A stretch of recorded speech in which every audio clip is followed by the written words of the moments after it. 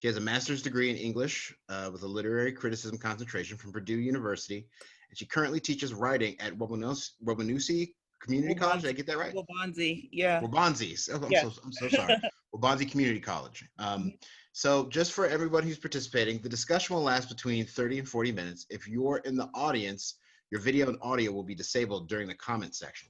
Uh, your video and audio will be disabled during the discussion, but please feel free to submit any questions in the comment section. We will do our best to get all of them, and we will give you the opportunity to use your audio and video to ask a question if you would like. So with that, let's begin. Um, so we before we went live, we were having a discussion about how about when we saw this movie and how this movie has changed for us. So the first question I want to ask you is, this movie was released, in 1989, Mhm. and were you familiar with the critical reception it received at the time it was released? Are you familiar with the critical reception it received at the time it was released? And Well, I am now, but I mm-hmm, mean, in 1989, 1990, I was 9, 10 years old. mm-hmm, So mm-hmm, yeah, I was not aware of anything at that point, except what the adults were saying, around me, and they were just talking about, oh, do the right thing. It's, Spike Lee being Spike Lee, over the top, and that was some of the conversation I heard. Of course, being a kid, I didn't listen too hard because they started to bore me. But but yeah, the reception, I didn't actually look at the critical reception until I got mm-hmm. a lot older. So Right. yeah. And about what time did you start really looking at like movie reviews, or start looking up stuff about Do the Right Thing to where you were like, I'm kind of curious about this, and I want to go back and rewatch it, or re-explore it? What was it? Like, how old were you when you kind of first made that decision or started really looking critically at these types of films? My undergrad, when I was Mhm. trying to get my degree, yeah. And so I watched the film as a teenager, but I remember, I did look up criticism about this film and then some others, during one of my undergrad classes, Mhm. and the start of criticism, just to kind of Mhm. see what other just using it as, what other critics were saying about it. And yeah, it really and truly, I don't think they captured, kind of what I don't think they knew what they had at the time. Right. Well, and this is I think an important point, because film criticism, let's be honest, is pretty well white and male, right? And Yeah. so the perspective that you're going to get, especially like in 1989, the perspective you were going to get was of a cultural perspective that was, fairly well off. So you Mhm. had, like, upper middle class to upper class white males writing these reviews. Mhm. So watching this movie at like a film festival like Cannes, where the film debuted, or getting an advanced preview and then writing, I'm sure that to them, when I go back and read these reviews of what people said back then, I think I got a couple of quotes here. I'm going to read you. So, you know, one of the things that I want you to, I'm going to read you what the Hollywood Reporter, a kind of an excerpt, but it's also going to get its share of slams triggered by arguments as to whether or not it's a dangerous flick, possibly advocating violence by blacks against non-blacks. Fuel for the controversy will be a story twist that brings the film to a no-holds-barred conclusion, plus the chant that opens and closes the film, fight the power, and a statement that precedes in the final credits, in which the late Malcolm X is quoted as believing the use of violence in self-defense is a sign of intelligence. Lee has also stocked the film with plenty of anti-violence messages, but most are in subsidiary positions. I mean, I, it's wild to me that I think it's really interesting in light of what we're talking about now, and the way that that kind of criticism, the way that people are viewing the film, is kind of like a symmetrical to what we're seeing with the reaction of what's going on now in the street with Mhm. Black Lives Matter and police violence, right? So you Yeah. have, and that's what's kind of crazy to me, is when I looked at that stuff, I was like, man, like, so much has changed, but then so much has not changed, right? Yep. Look, watching it, it's funny when you talk about that because they will sit and watch it and see, how every little detail is inciting violence. Um, and I watched it and I saw all these little details that were my community growing up.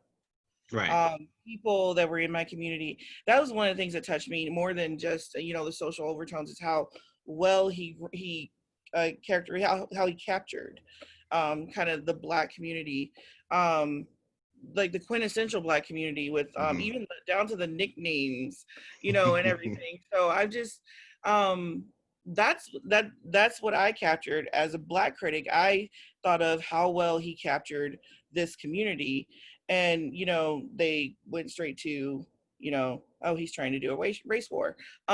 you know I mean, they're more, it was more eloquent. I mean, all the Right. reviews are more eloquent than that, but that's basically what it is. And I think that this movie, it kind of highlights. If you look back at those reviews, it kind of highlights the problem that we still have with, Right. white critics who watch a movie and they take away things from it that they don't get a lot of the Right. nuance because they don't have the experience. Right. And meanwhile, Black critics sitting here, hearing the name Mother Sister and not thinking it's an odd name. It's like, oh yeah, like I had a, sister.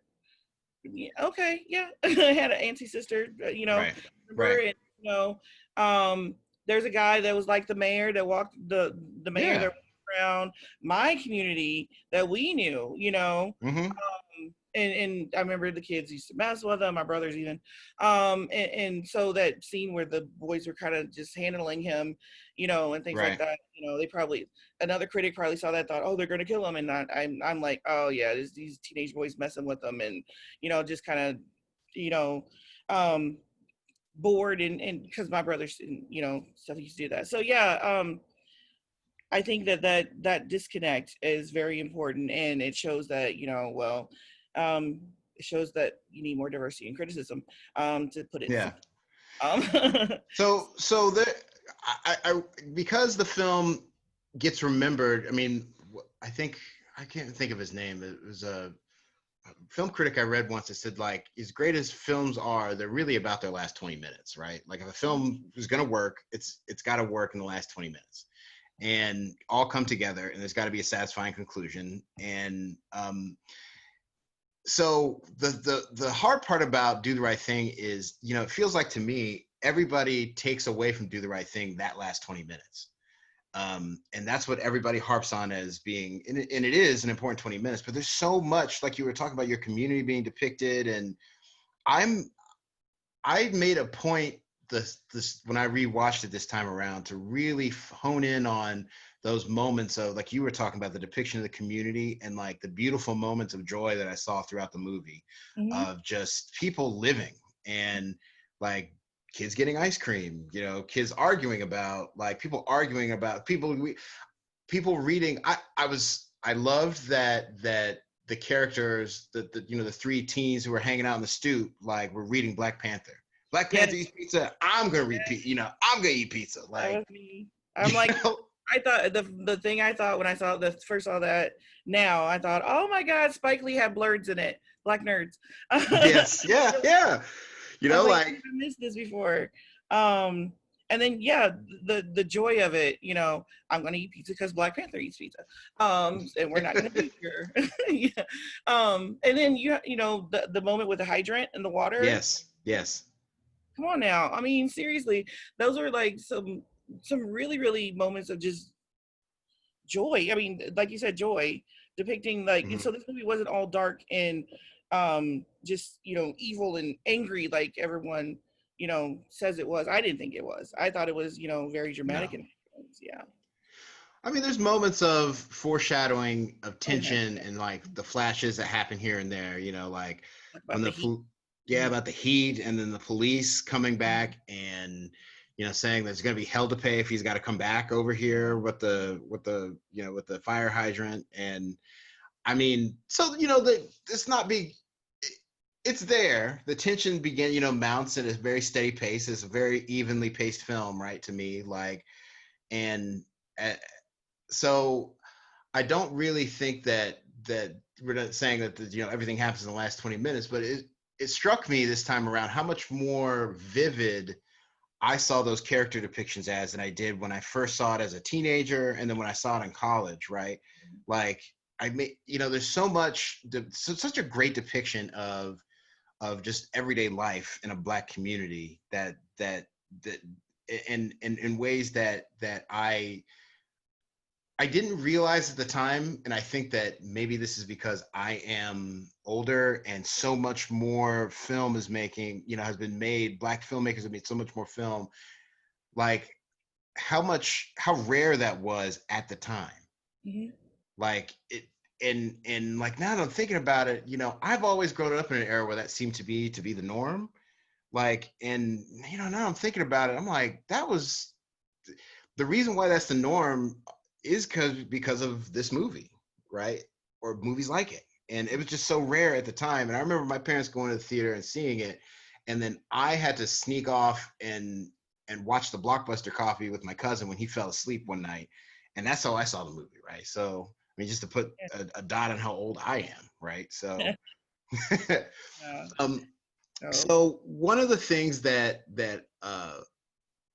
we talked about before we started our chat on, we were talking about how much is in this movie. What are some of the things that surprised you? What caught you by surprise as a critic and as a cultural observer, um, that you maybe have never noticed before, but now that you're looking back on it and watching it now, rewatching it, what are some of the things that you noticed that you may have missed, like when you were a kid, or when you even saw it, like 5 or 10 years ago, that you picked up this time around when you took a looked at it again? I have just a thing. I wanted to talk about it too. The Hmm. Tawana that was written on the wall, Yes. and Tawana Brawley. Yes. Looking at the whole case, Right. and everything, and just taking that and going and just looking up the name, looking up the case, looking up Al Sharpton, looking up, just like the facts of the case, and just the way the case was depicted in the media. Right. Like, I mean, so you do that, and then look, and then that along with the police violence, and that it Hmm. was kind of foreshadowing and all that. I just really, and I forgot about the choke, the way Raheem died. Hmm. I don't know why I forgot about that. And Hmm. so now that is like so significant to me right now. Right. And so the Tawana Brawley, the way he died, and I'm like, all of that was depicted in this film in 1989, 1990, Hmm. when it was popular. And how did we miss this? I mean, Right. and it just kind of, I don't know. I just felt that I should have seen that, and the Hmm. fact that those were still issues then, you know, Hmm. 30 years ago, Right. we're still having the same problems. Just the way Tawana was talked, Raleigh was talked about in the press Yes. before, the even the grand jury came up, even after, um, Right. maybe some OJ vibes, Yeah. and so, I'm like, this things change and they stay the same. Hmm. Um, that whole saying, it's true. It's so true, and this movie shows just how true it is, and it's infuriating. It's Hmm. infuriating to think that it so much has not changed Hmm. since this movie came out. Hmm. I mean, we record a lot more maybe, but Yeah. I mean, that's the thing to me that is striking, right? Like the thing that has changed between then and now is everybody has a camera on them all the time. mhm, That's the only thing that's changed. yeah, And the one group of people who seem not to have understood that are police and mhm, politicians and lawmakers. mhm, Like we all have cameras now. So if you're going to do that, if you're going to treat people that way, if you're going to treat the Black community that way, you now are going to have, okay, you're going to do that. If you're going to continue to do it, then we're going to film it and we're going to mhm, put it out to the world, and that's what's going to happen. yeah, And and to me, the thing that's fascinating to me is I have always, because in my mind when this happened, it was 1989. I saw this movie maybe like, I want to say like 2 or 3 months before the Rodney King beating. And so what we're talking about is, and to me, like what you're seeing when we talk about recording police, recording the violence, the state violence that's depicted on film now. One of the things that strikes me is that the thing that was revolutionary about the Rodney King beating was the fact that it was recorded. And it just happened to be recorded by somebody who purchased a camera and was looking for things to record out of his apartment window, right? So you have this sort of, it's kind of like, to me, this is just my observation. I'm not as a state and observer or critic like you are, but to me, it seems like Do the Right Thing is the snap ending of one era, right? Mhm. Where police violence is happening and you have to take the word of the community for it. 2 years, like not like a year and a half to 2 years later, you have the Rodney King beating happening, right? And yes, and that's very important you say that, because Mm-hmm. if you remember at the end of the movie, when Mm-hmm. they're talking about the case Mm-hmm. and how the city is going to look into not the death but the Mm-hmm. property damage, Yes. totally Yes. erased the way Raheem died. Right. So that's how, and so we talked about how, I mean, I know I said before, Mm-hmm. how is it still happening? The erasure that Right. people went through before camera, stuff was put on camera, is unreal. I mean, Yes. the media was in the the media was complicit with it, Mm-hmm. because it was the media that reported Mm-hmm. this. So um the government, it's just systemic there Right. that we're Right. coming up this week for me. But our system has that erasure built in, Right. but you can't erase, when everybody's got a camera.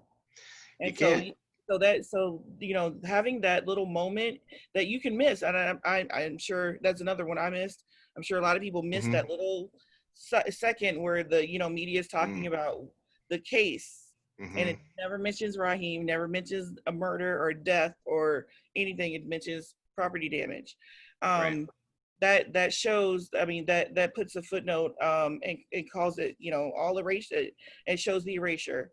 And Right. then, like you said, we have this next era where there's no race, it's like erase this. And Yes. and that's what police brutality, when you look at the history of it, because I wouldn't look back, the 90s Mm-hmm. is Mm-hmm. usually, yeah. And Yes. I'm like, I know it didn't start. I mean, it started way before here. I Right. mean, there are other places with like statistics, but you Mm-hmm. really start getting stats in the 90s. People Mm-hmm. started recording it. Right. I mean, we still don't have, there's so little FBI data on police killings that a third part, I think it was the Washington Post, started a project just to document and create a database for police killings. Mm-hmm. I mean, that's how normal and routine all of that is to life in America. Mm-hmm. And um, it's wild to me that people were paying attention. People, this has been happening for a long time, and we all got family members who've dealt with some form of police brutality, or I've got a great uncle who was killed in police custody. Decades ago. I never met him, but was killed decades ago, and it's been like a story that was passed down um, to me, that was passed down to my dad, like about how his uncle died. He came Mm-hmm. back. He was coming back on a bus from Cleveland to come visit his family back in Mississippi. He got detained for the night because of something that happened on the bus. We don't know, and he turned up dead, like in the jail the next day, like mysteriously. Mm-hmm. That's the kind of thing that it used to be, that those stories were just kind of handed down. So there was already a suspicion. And then now we have video depictions of what's happening. So Spike's choice of the way that this happened in the movie and what they talked about afterwards is completely fascinating to me, because I mean, he even names it, like, because him and Sal are talking about it in that great scene where he comes to get paid after everything that happens in the morning. He's like, I want my money. Mm-hmm. And so, and he's like, my pizza place got burned down. Like, you don't have a job anymore. He's like, yeah, but I already did the work, so you got to pay me. And he Mm-hmm. says, and damn your pizza place, like, fuck your pizza place. They burned down, they killed Radio Raheem last night. They killed him, Uh-huh. and he names it right there, and then you have the way that it's depicted in the media happening like right afterwards. I mean, it's Mhm. just that's really touching to me. And I would say that, to back it up just a little bit, the night that all of that happens, that scene where all of the people who were who were standing in front of Sal's start yelling about all the names of the people who've been brutalized by the cops in New York City.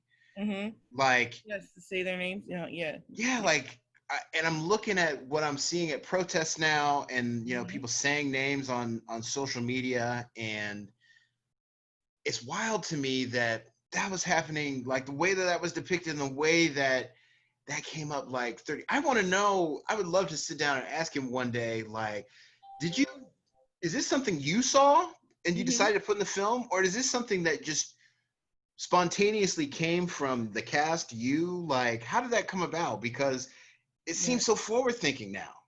But with the way the Black community has been treated over the years, I mean, it's Hmm. been in our art for years. Even children's books. Right. My favorite children's books when I was a kid, Mildred Hmm. Taylor, Hmm. Roll Up Thunder, Hear My Cry. Hmm. In that book, Cassie Logan's uncle's driving this, his new car, and they're Hmm. warning him about the police. Same similar warnings I've heard in my family about Hmm. police in the South. So there's got to be some truth to it. I mean, there is. Well, we know there's truth to it. Hmm. So I'm not sure even if he had to see it or just heard stories being passed down, because I'm sure a lot of this has happened that Hmm. we will never know, because it's kind of, the stories have been taken with the people that were in it. So even if he, it would be great to know if he actually witnessed it, but it's such a part of the Black community that I think Hmm. that he could just piece together the stories, and he Hmm. would have still come up with something that was this spot on. Right. So one of the things that I have, as I've gotten older and learned to appreciate film as art, that really captured me, upon rewatching this, is the some of the aesthetic choices and visual choices that Spike Lee and Ernest Dickinson, his fantastic cinematographer, made in depicting the movie. What was there anything that you noticed as far as like kind of like camera angles, shots, like color use, that you want to highlight for anybody who is maybe going to go back and rewatch it now, or wants to, like, there was a couple of things that I noticed, and that were crazy to me, and I even went and looked it up because I was like, this has got to have a name to it. But Mhm. the use of that slanted shot, like when there's Yeah. tension happening, Mhm. it even has a name. It's used in film noir. It's called the Dutch angle, right? So every time there's like tension starts to ratchet up, that camera angle kind of subtly slips, but somehow the camera's still, like, the person's still in the middle of the shot. Mhm. Like, they used this to such great effect in this movie, and I had, to the point where I had never noticed it being like a visual technique until I went and rewatched this movie, right? So, um, did you, upon your most recent rewatch, is there anything you observed in the way that the movie was shot or depicted, by the cinematographer, that where you were like, that was something that I had never noticed, or conveyed visual information about the characters that you had perhaps not picked up on? I think the main, well, one of the things, because I was just looking at things, but I did notice that several times when the radio DJ Samuel L. Jackson, Hmm. another Another big superstar. thing, yeah, when he was talking, it was his mouth, like Yes. so that and if you're not conscious of it, you kind of miss it because it goes from his mouth to full face, and it kind of, Hmm. but there's certain points on certain things he said that it concentrated on his mouth, like, and so, and important things, just those words and the way they were coming out, those were the important things. That's what we were supposed to hear. That's what I got, and I thought that was an ingenious little trick That right there. is that's brilliant. I see, that's something I'd never noticed. Like, one of the things I picked up on too was, as Bugging Out and Raheem decide they're going to go in there, demand that black people get put on the wall at Sal's. I never noticed that they're standing in front of a wall with a bunch of old handbills from the Jesse 88 campaign. Mm-hmm. Like, I never noticed that. Like, I never picked it up. And for the first time, I saw when they were standing there, they're hyping themselves up, getting ready to go in there, and they're standing right in front of a whole collage of Jesse 88 posters, and that was something I had never noticed before. And that was I never used that one either. yeah, I had never noticed that before. Visual filmmaking is, because I'm a writer and always have been, but the visual aspect of filmmaking totally fascinates me. Yeah. I want to kind of transition into and kind of go back to us talking about the joy in the movie and some of the depictions. When we were kind of talking right before we started, we were talking about the costuming and some of the clothing and the outfits that were in this movie, because they're just so incredible. Like, so what are some of the pieces that you saw the actors wearing that stood out to you? And did you remember them before you went back and rewatched it this time around? Well, I mean, this is a kind of a piece, but the part with the dirt on the white shoe. Yes. Yes. Yes. So that's a cultural moment. I mean, Mm-hmm. I think that, but I never, and so I looked down at and I'm like, yeah, he is wearing, yeah. But no, I guess some of the things like that goes back to, that this could be somebody from that I knew when I grew up, was like Mm-hmm. what Mother Sister was wearing, that kind of house dress, Mm-hmm. Mm-hmm. just sit on the stoop with, Mm-hmm. and things like that. I just, the clothing, even the clothing the mayor had on, Mm-hmm. kind of the character we kind of had growing up in our neighborhood wore a suit as well. Yes. It was just really dingy looking. So I'm Mm-hmm. like, I saw that, I thought, well, I mean, maybe this is like a character that's been, Yeah. and the way mental illness is usually handled, with Black people, I Mm-hmm. imagine there are a lot of those characters in the communities. Mm-hmm. So that got me thinking about that too, just the way that the suit was just light colored Mm-hmm. and just dirty. And but he still was respectable. The Yes. mayor was, right. Right. Right. So He was. the fact that they got his clothing to make Mm-hmm. him look home, like he was homeless, and like they made him look like he didn't have, and he was jobless, homeless, all that, but he still had that air of respect. It still was a suit, and he still wore it. Mm-hmm. So like, Well, now we're talking about Mother, Sister, and the Mayor. I want to ask you about like the relationship between those two characters. Um, I have this pet theory that Mother, Sister, being obviously she says she's got a tenant, and her she gets mad at him because she reminds him of her tenants and her ex-husband, people mm-hmm, she doesn't like, right? So from mm-hmm, that piece of information, we understand that Mother, Sister owns that building, or owns a building or a piece of property, and the way that she's depicted as always higher up than everybody, mm-hmm, like, and then until the confrontation happens in front of Sal's, and then she's down there with everybody else. mm-hmm. Like, I have this pet theory. When I was watching it, I was like, was that a choice that was made because she's supposed to represent the Black bourgeoisie and the upper middle class Black experience, looking down upon this working class borderline homeless old man, doddering old man who represents the lowest of the low of what Black culture is supposed to be.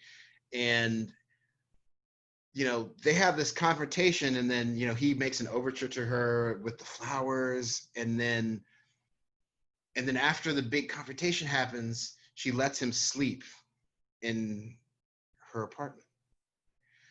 And Okay. Yeah. that was something I had never really picked up on, and Mm-hmm. how this is sort of like a kind of a subtle low, like, am I wrong here? Like, am I, No, that's, I mean, I didn't think of it that way, and I'm thinking about it now. I think you could be right. It just talked about even within the community, there were these economic, hierarchies as well. Right. Right. I kind of saw it as a different way. I saw Mm-hmm. it, in that way, she kind of reminded me of my grandmother, and Mm-hmm. um, how supportive the Black community can be, even when there's like breakups and breaks, between families, remarriages and stuff. How we, everybody's still friends. Mm-hmm. Um, I remember when I was as a kid. My grandmother, she's watching this, she's gonna kill me for saying, but she used to talk about, their story. She talked about, shooting her ex-husband with a shotgun because he Mm-hmm. was cheating her. And I never connected that with another character who used to come by in, the house and help her out and talk to Mm-hmm. her and everything, was her ex. you know Oh, so that's okay, because it was I have him. my grandmother was shot by her sister's husband, like during a confrontation like years ago. In Mhm. much of the same fashion, they were all still friends after that. Yes, Like, and so uh, that's what I got from it. Everybody, but yes. it's like when it all goes down, Mm-hmm. yeah, we know. I mean, yeah, I thought maybe there was something. Maybe he was the husband, you Yeah. know. And I thought, but the thing is, when everything goes down in the community, everybody comes together. Everybody's Right. for everybody. Everybody's looking out for everybody. Right. That's what I caught. That's what I got out of that. But that socioeconomic angle too, I think there's something to that in there too, as well. I I like to. I, I was fascinated by a scene that took place between mother, sister, and Jade. How when she goes and works on her hair and starts braiding her hair, and there was so much tenderness and love in that scene, in a way I that reminds me so much of my watching my mother and my sister deal with each other, like in ways that I I, was I I've been in Jade's position, so right. that was another um then that shows you just how much love that they had between one another, that she would allow her to do that, to comb her hair. Hmm. Um I know people, you look at it and you don't realize, if you don't know what it all stands for, it just looks like, oh, she's just brushing her hair. No, there's a lot going on in that moment, Hmm. Hmm. right there, that closeness, that having, her hair in her hand, and being gentle enough. And then when she did snag it, she's, genuinely, sorry about it, Hmm. um, the love and the tenderness between the two of them. To me, that shows just how deeply close everybody was in the community. You know, Right.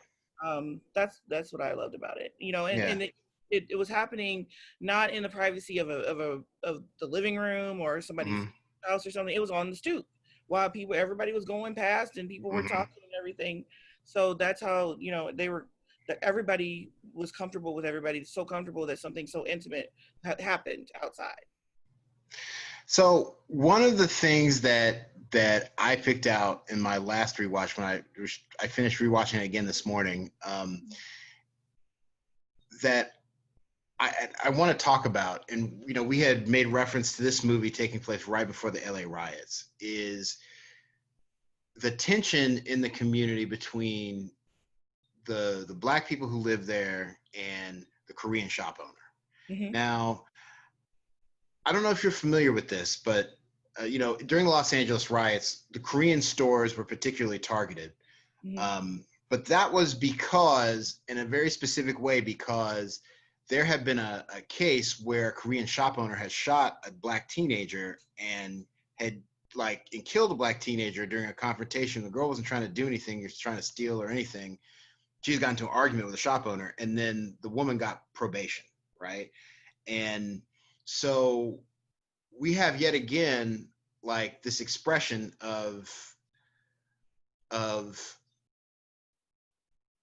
to me, you see this kind of preview again for what happens in the LA riots Mm-hmm. in this argument that takes place. And I thought that the discussion that Sweet Dick Willie and ML have about, like, man, you just got off the boat. Like, Mm-hmm. how are you sitting here complaining about them being in the community? Like, like you're an immigrant too.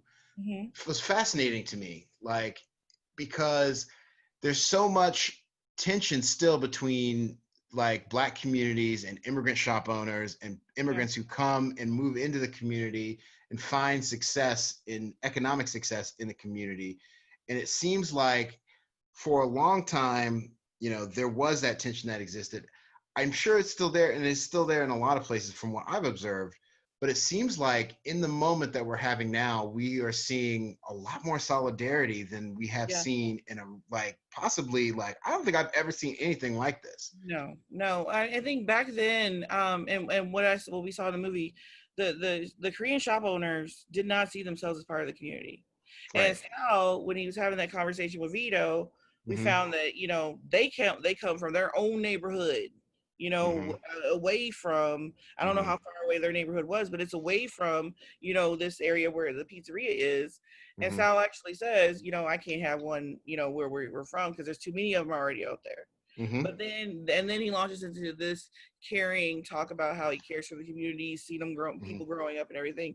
Mm-hmm. Um, After talking about how he can only make a profit here, and Yeah. so just I think back then there was a separateness Mm-hmm.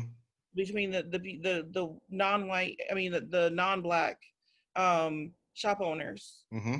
and the Black community, because I mean without we didn't own anything, and Right. we were always having to come to you to give Mm-hmm. you our money. But there was always this feeling that you were never really a part of us. And I think Right. that there was always a resentment. And this movie kind of really, really highlights it. And even when the riots happened, that was one of the things, they talked about is, invading the community and taking advantage and everything. Now, though, I mean, there's like a different kind of sense of things with shop owners. I think now there's a lot more Black owned. Mm-hmm. Um, and I think that there's a lot more, um, I don't know. The solidarity this time around is tough to. It's hard to explain. Mm-hmm. Um, I really think that that's why this is kind of going. I'm gonna go. I feel it is gonna go a little bit further Mm-hmm. than it happened than before because of the solidarity. Mm-hmm. Um, Maybe it's because of the cameras. Because you Yeah. do have. Well, case in point, you do have video of people who are not a part of Black Lives Matter protest setting fires to stores, to Mm-hmm. shops, and looting and things. So the shop owners are not blaming the Black community, Yes. and they know, which was probably even I'm willing to guess, I don't know, that maybe it was the same back then, that you had instigators coming in and just taking advantage of the chaos to just do some damage. I'm not sure. There's Um, a there's a Sublime song called April 26, 1992, mhm.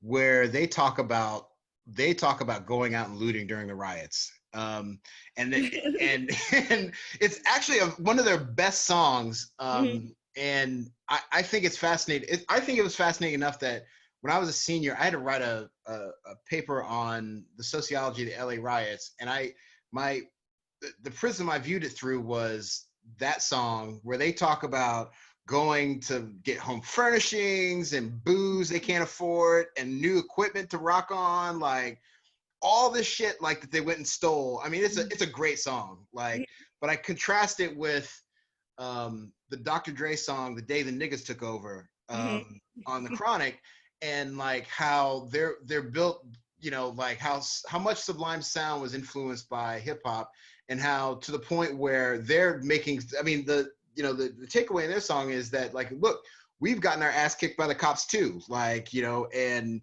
we're sick of this shit too, but let's go get some shit, like like, and it's really fascinating to me that we're there are so many cameras around, people are out, people are showing solidarity in a way that is crazy to me, and I don't think would have happened unless we had as much video as we do. Yeah. So we have solidarity in the street, we have solidarity, I mean, in the negative parts of what you're seeing too, like people complaining about all these stuff. I saw a video of somebody looting in Santa Monica and they were stealing a surfboard, and I was like, no, there was still no. It was they had broken into a Patagonia, and I'm looking at it, I'm like, they broke into a Patagonia, and then I start seeing surfers walking out with big longboards, and I was like, oh Lord, here we go.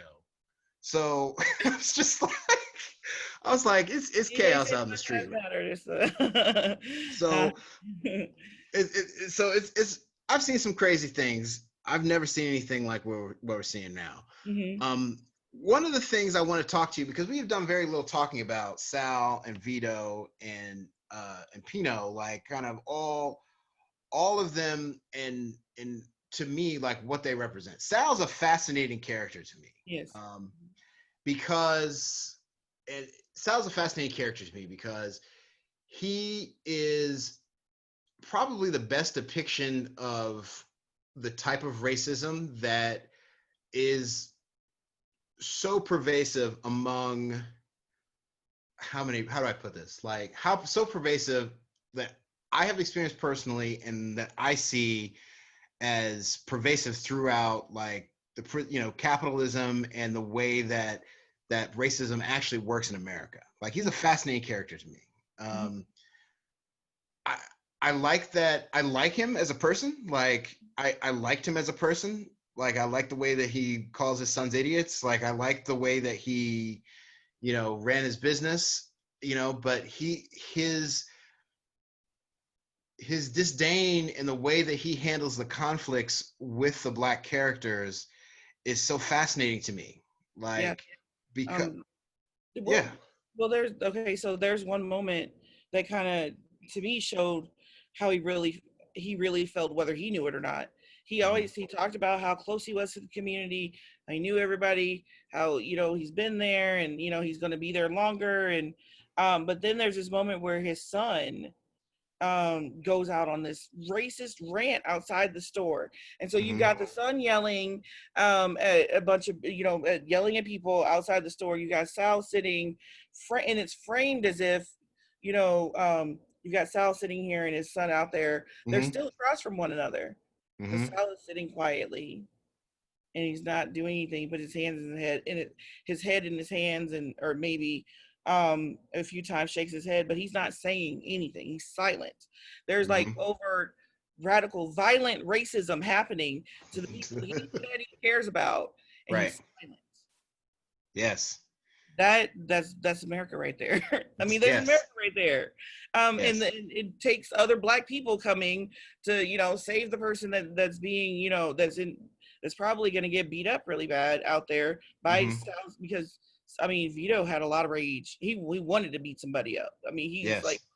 waiting to beat somebody up, and Sal tried to get to the heart of it. Even Mookie tried to get to the heart of it by saying, "You Yes. want to be one of us, right? Yes. There's something wrong with you. Yes. You want to be us. Maybe you're jealous of us, but you got something that is enraging you when you see us. So we need to Yes. like pick that apart." you know, Mookie was trying. I think Mookie saw a time bomb that he was trying to like stop, and Sal was Yes. just it's just like, um, I think Sal saw it too, but there's this thing, you're not supposed to talk about racism. Yes. So, it's something he will never be he was never going to be able to work with or help unless he spoke up. But, Right. in America, racism happens, all the white people are silent. So, Mhm.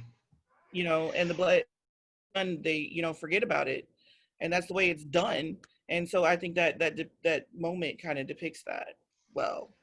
I I love so there's this interesting thing that happens with Vito because he says to him like, "Why are you so angry?" And he said, "All my friends make fun of me because Yes. I come here and I work here."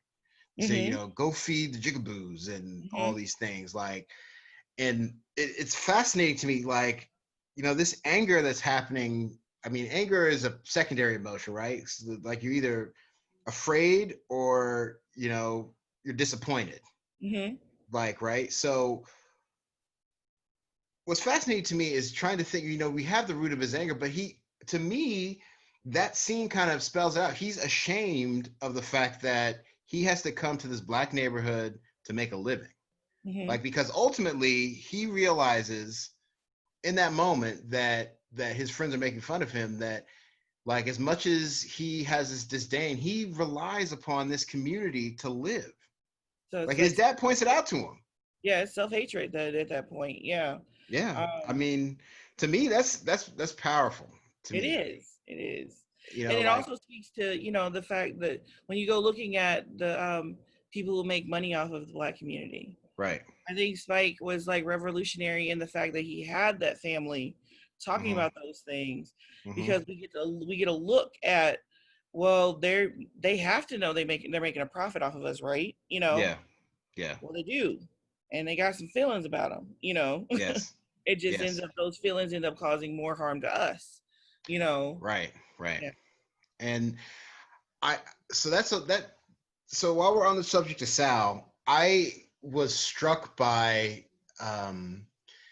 how much of the the debate, like the anger Sal feels when they're like, "We want some brothers on the wall," and Bugging Out says, "We want some brothers on the wall." Bugging Out is one of my favorite characters ever. I love him. We want some brothers on the wall, Sal. Like, and the way his disdain and anger, like, this is my place.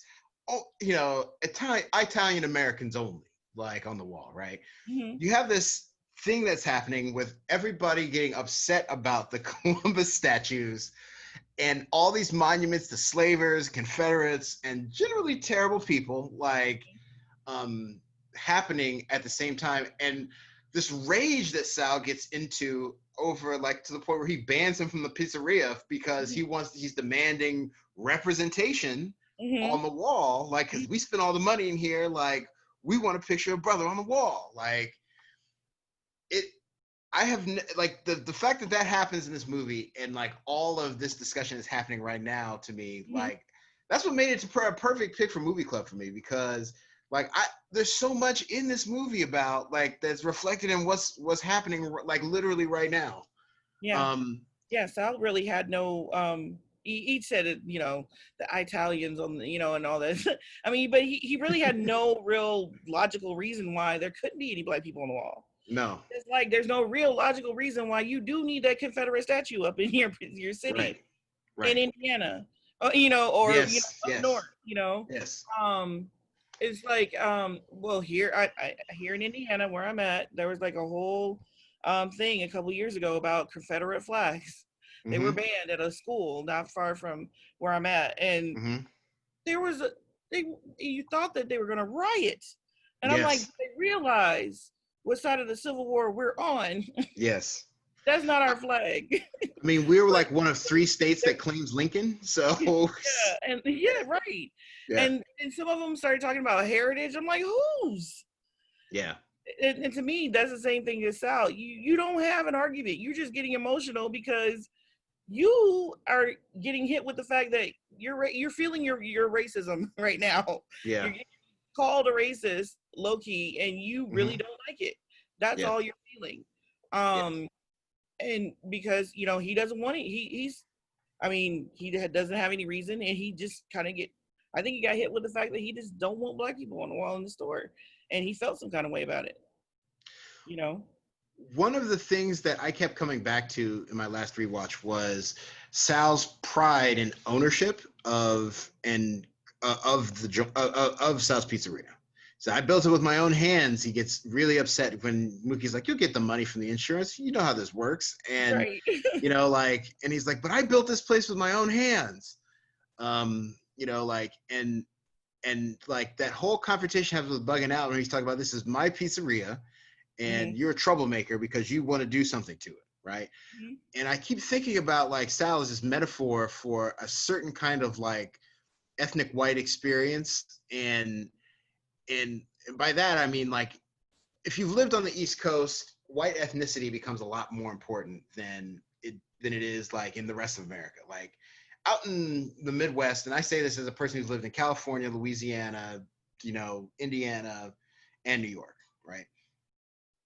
The East Coast in particular, and New York very much so, like, your ethnic heritage as a white person is very, very important, right? So you're Italian, you're Irish, you're Polish, like you're Greek, and there's this, like, particular, some of the sharpest corners of racism among, like, East Coast white folks seems to come from these pockets of people who take a lot of pride in their, what Woodrow Wilson would have called like the hyphenated heritage, like, Teddy Roosevelt would have called hyphenated heritage, like Italian Uh-huh. Americans, Irish Americans, like, and so, having Sal be like he is so fascinating to me. Like, I've never seen a depiction of I don't think I've ever seen one quite so accurate since, like, of a character that is so kind of central to the American experience, right? Mm-hmm.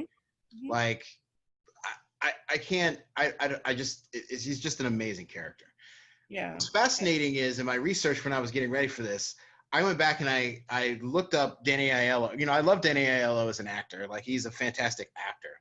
Mm-hmm. And one time someone asked him about, like, well, how does it feel to play like the racist villain in the movie, like the penultimate and he's, and Danny Aiello's like, the guy's not a racist. And maybe think of, here's the thing, right? I don't know if he's saying that because he really doesn't think that the guy's a racist, which is interesting, like, or if he says it in the same way that Lee Marvin says that he never played a villain. Like, you know what I mean? Mm-hmm. Like, if you walk into a movie and you're an actor and you say, like, I'm playing a villain, like, you're not gonna do a good job as an actor. Mm-mm.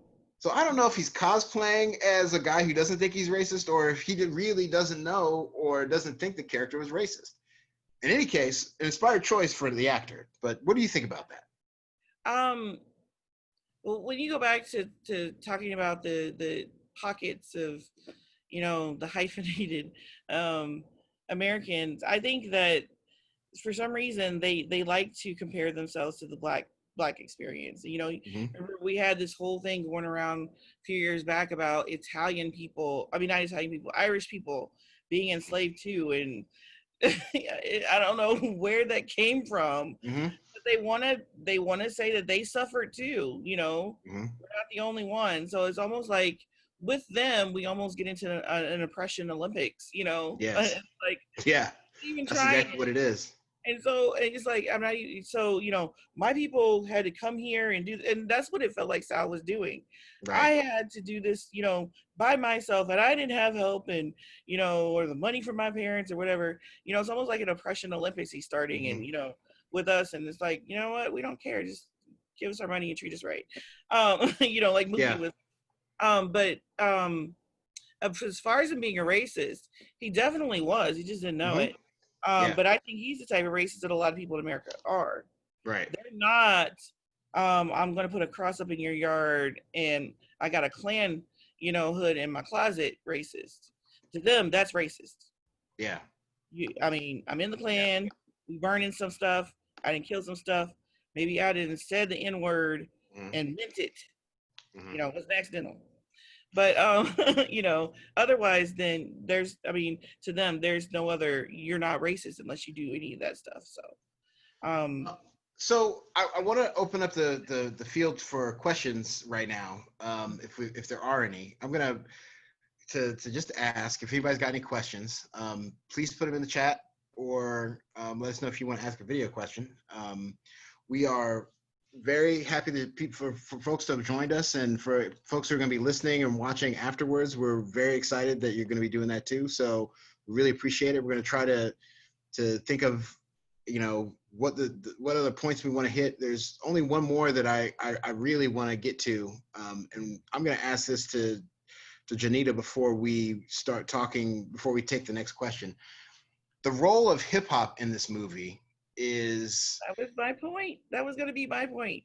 that Music, yeah, right so here. the role of hip hop in this movie is so fascinating to me. And when I wrote this question down, I kept trying to write it, and every time I wrote it, it sounded dumb. But like, the role of hip hop in this movie as cultural force, and like, in '89, you got a lot of people in New York and in cities that are listening to rap and hip hop, like, but it was not like the dominant mainstream cultural force it is now. Can you talk just about the role of hip hop in this movie, as being a stand-in for what? Like, what did it mean that Radio Raheem was carrying that boombox around? What did that mean? I can't believe this is the point I was gonna hit on with as one of mine final ones. But it's, to me, the music is what sets the tone. The music is what sets it as we're even in the beginning when you got Sam Jackson talking, you got Mm-hmm. the music he's playing. It's like, okay, this is the time period we're going to. Almost like the Yeah. first sentence in a book that kind of sets, Yes. you know, Yeah. this, to me, it's setting that time period. It's setting with Radio Raheem going around with his fight the power. That's telling you that there's tensions between these people and the powers that be, whoever they are. Mm-hmm. How the police, um, the Korean market people. I mean, there's tensions, and to me, every time he plays his music and it comes around, that's a reminder, of that. I think that music here is like another character where it's just kind of reminding us of the tension. It's reminding us of the culture, but it's also reminding us of the community as well, and reminding us that these are people. I mean, you've got people who love, who laugh, who are family, and Mm-hmm. that's all reflected in the music that's playing all throughout. Right. Um, the thing about music is in this movie, and you're right about it being a character. I loved the portion of where we got. I love the scene when Mookie goes to the radio station and requests a song for Tina. Mhm. I loved the just random, the abstract sort of random shout out to all these black musicians that happens. Yeah. Like in the middle of the movie. Like Yeah. I love that.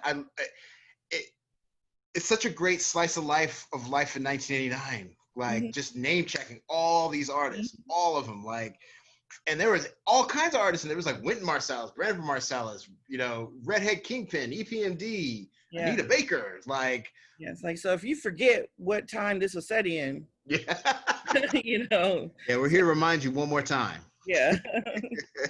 Yeah. If you forget what's going on, yeah. Yes, yes. I love that, and I love how much hip hop culture was running that block. Like you can see it in the clothes, you can see it in the shoes. Like even when Radio Raheem, there's a little Yeah. generational conflict when he rocks by those old men, Yes. and put some Bobby Blue Band on. Like Yeah. just fascinating to me that it's just like another way in which Spike and his entire production crew really managed to be forward looking as to what was going to happen in the future. You had so much depth to this movie, like so much culture that was coming to light in Mhm. ways that I was not, like, looking back on it now. It's almost like, do I think I'm glad that I came up at a time when I can now appreciate how forward looking this film is, because I feel like if I show it to my son in like 6 or 7 years, he's gonna not understand what the big deal was about having somebody walking around with a boombox playing hip hop. Like, well, what's the Yeah. big deal about that? Like, it's just not gonna. Oh, they're all wearing sneakers, and guy's got a Magic jersey on. Mookie wakes up in a Jordan jersey. Mhm. He's got Jordans on. Like all of that. Like now would just like you would show it to a kid now, and he would be like, so, Yeah. This is you know, boring. This is yeah, boring. like You yeah, know. like it would just wouldn't seem like that big of a deal to them. Mhm. And Yeah. now, like it seems like like I'm glad that as a person who grew up before that was really mainstream culture, like I can appreciate how forward thinking that was.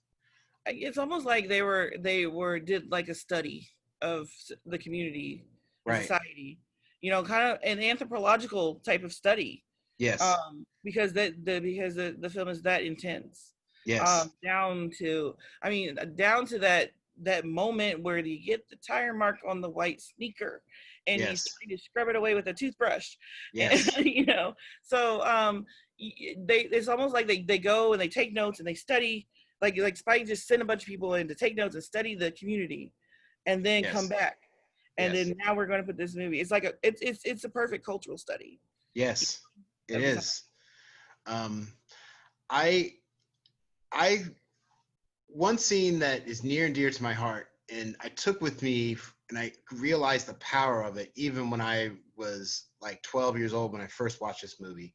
It always stuck with me, like from the Mhm. first time I saw it, was Radio Raheem telling the story about love and hate, um, with the brass knuckles. Like to me, that whenever I think of this movie, that is the indelible image that I think about. Like is his fists in the camera, like like and it's fascinating to me because he almost looks like a superhero in that scene. Mhm.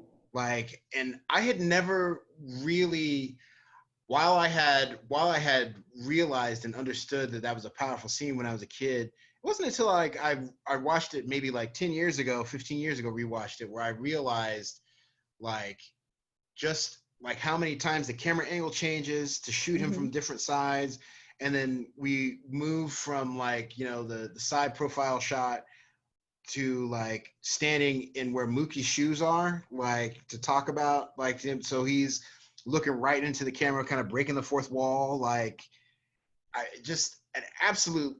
I, Spike always does this, and he always finds this way to do these abstract, like vivid, sort of bon vivant kind of things. Mhm. So we're going to. I love him for that, and I love him as a filmmaker. Yeah. So Joe, is there anything else that you want to say? Because we're getting close to time that we need to wrap up. And is there anything that you want to talk about? You want to talk about your magazine and your work you're doing there? Oh yeah. Well, this all these little criticisms and the way we're picking all this stuff apart. Mm-hmm. Um, the Black Cape magazine is where I do that at. Mm-hmm. And I actually started it because working with reviews and film criticism for other people, they want them short. You can't really go that deep, and just get in and get out. And I'm like, no, we need to sit here. There's like stuff there. We need to pull in part and pieces, and you know, um, just kind of really look at what this means for the moment. And Right. that's what I do there at the Black Cape. Like discussions like this, I put into writing, and I'm actually much better at talking through in my writing than I am speaking. So yeah, it's theblackcape.com. Okay. Um, and just going over there, I've got discussions. Right now, the discussion that's on fire right now is Frozen 2. I talked about how it's a good film to use to talk to your kids about racism and the history of racism, because it does that for these little animated characters, Yes. and very well. I was quite surprised. So yeah, that seems to be my hot hot article this week. So yeah, Well, thank you very much, Janita, for joining us. thanks for having And me. I want to thank you, everyone who came and engaged in the conversation today, everyone who's taking the time out to watch it post conversation. The first rule of Movie Club is you talk about Movie Club. The second rule is you talk about Movie Club. The third rule is that you watch incredible award-winning films and documentaries with friends. Well, watch yourself. Were you to watch them by yourself in isolation, but then you talk about them with the friends, like Um, fourth rule is participate in discussions, and the fifth one is win incredible prizes. Don't forget to sign up for Movie Club. It's free to join, and you can sign up on our website, globalinheritance.org, or at the link in the chat room for this meeting. Stay safe, stay apart, and we'll see you next time. Thank you so much, Janita. You were awesome guest, and we really will be keeping an eye on you, and we may reach out to you again when we have a nice nerdy film discussion with you. Thank you so much. All right. Thanks for having me. Thank All right. you. Take care. Mhm.